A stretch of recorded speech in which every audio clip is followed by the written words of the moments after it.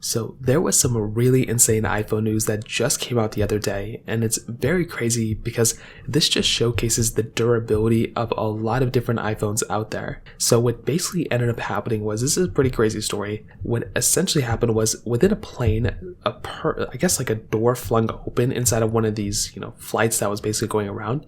And what ended up happening was that within that flight, I guess a person's iPhone somehow basically fell out of that particular, plane. So basically what happened, that plane, had an emergency landing.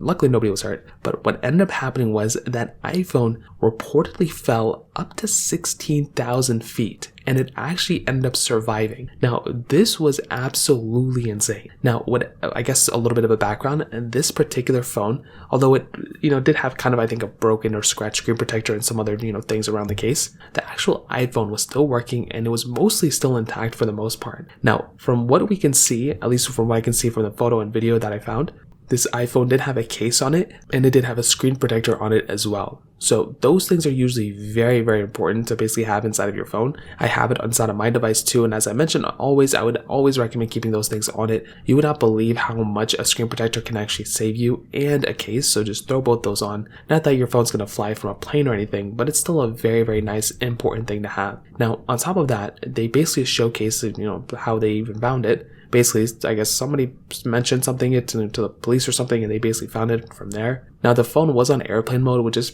pretty interesting. It's very important to have that done as well. But for the most part, the way that these people kind of, say how it kind of survived was that when basically a moving object is dropped, it has momentum. And then essentially what happens is that if a moving object hits like a brick wall, for example, this is what these people stated, well, then the velocity and momentum is just going to stop it and it's going to break the device. But if, the specific device hits something like a pillow or a very soft object, it will slow down the impact over time. So it looks like this specific, device hit something like that. I would say it probably hit like a thing of grass or like a thing of like a, ground or something like that, and didn't really like have an abrupt stop. So it's pretty insane that this ended up happening. I think this showcases the durability of our iPhones, and this is probably one of the craziest stories I've seen from an iPhone hardware wise, until we basically saw, well, back then we saw that basically the iPhones were underwater for like X amount of time and it survived that. So this is a pretty insane thing. If you have any thoughts or questions about this, let me know in the comment section below. Hit the like button, that will mean so much, but definitely hit that subscribe button.